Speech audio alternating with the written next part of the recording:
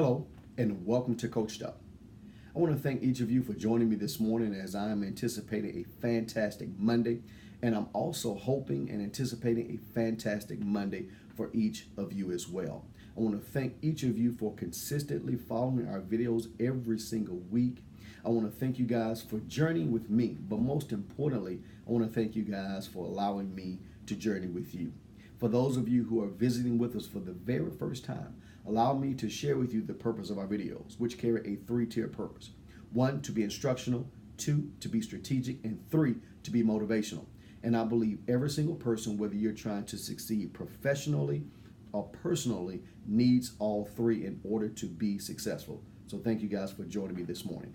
This morning's topic, rabbit ears. I grew up in the 80s. I'm an 80s kid. And the first television I was ever given was given to me by my grandfather. It was a 13-inch black and white television. Loved it. But this television was accompanied with something called rabbit ears. Now, the technical term for rabbit ears was or is an antenna. And when that picture didn't come across quite sharp enough or as clear as it actually should, I had to physically visit those rabbit ears, whether I needed to move it to the left, to move it to the right, or extend it. Whatever I needed to do, I would consistently and continuously move those rabbit ears until that picture was to my satisfaction. Well, guess what in business? Where are your rabbit ears? We need to consistently and continuously adjust our rabbit ears to make sure that our focus stays online. But if we're going to focus, what we need to do is evaluate and reevaluate our process, our procedures, and our successes every single day. If you've placed goals in front of you, which every person in both professionally and personally should do, you should have goals and objectives and thresholds and benchmarks that you are trying to reach. You should consistently evaluate and reevaluate those goals to see how close you are to reaching those goals. Sometimes we step off in those opportunities or those goals and objectives that we are looking forward to, and we're so excited because maybe we've been given that opportunity, or maybe we've come up with a great objective or a great goal that we want to achieve. And sometimes we just jump right in, we jump in head first, and we never evaluate and reevaluate where we are. The question is, how closely will you succeed, or how close do you think you would know you are if you're not evaluating and reevaluating where you are?